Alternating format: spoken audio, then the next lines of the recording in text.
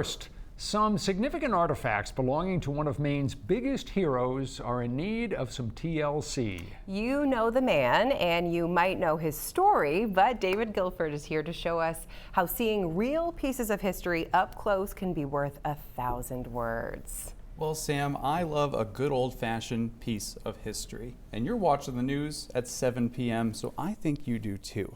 Well, 19th century restoration doesn't come cheap, but some folks are determined to make sure generations after us can learn from these items. This isn't cosplay so much as a history lesson. We do this for one main reason, and that is to interest children in their history. And adults too, but. And adults too. A history lesson and a gala. Because holding on to the past isn't cheap. We have a wonderful collection of artifacts, and we have those through the generosity of the Chamberlain family. Joshua Chamberlain is perhaps Maine's favorite son. A hero of the Battle of Gettysburg, he helped turn the tide of the Civil War. This is the Chamberlain Museum in Brunswick.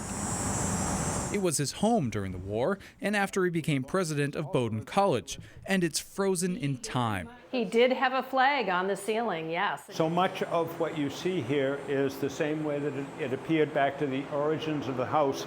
We're passing through now into the main part of the house. Larissa Vigu-Picard is the executive director. You know, they've loved Chamberlain for years. They're very eager to get here. This is the room that they are most eager to come into. Inside Chamberlain's office, alongside swords, portraits, and his Medal of Honor, two pieces stand out. You see the boots and you can picture the actual human being standing in them. It's very powerful. His leather boots that marched through the Pennsylvania hills when he ordered the famed bayonet charge that repelled the rebels. There's still a patch on the instep where he was later shot. So they really get a sense of the reality of it. History's not a dead thing. It's not, far, far in the past. It's dynamic, it's living. And across the room, Chamberlain's saddle, which he rode atop his beloved horses.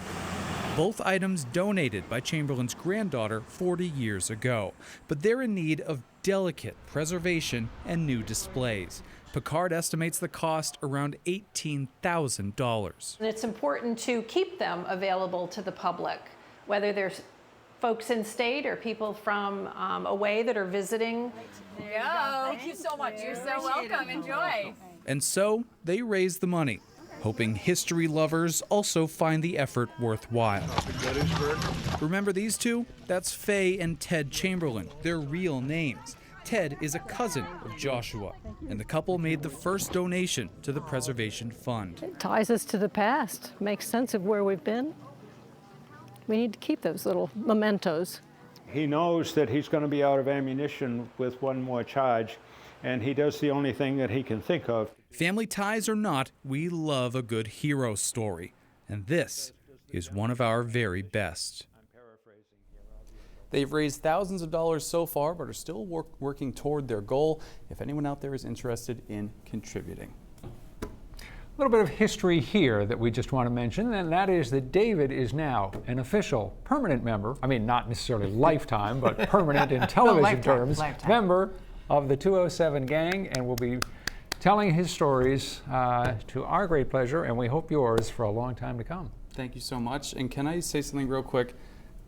Each time before the show comes on, I still hear the original music before I remember that I grew up listening to and watching. Yeah. Before I remember, oh yes. The saxophone, you mean, or? Yes. Yes. Yeah. This is 207. Well, we're happy to have you. If we can get you a gold album with that on it. Yeah, exactly. Welcome aboard. Good to Thank have you, David. Thank you.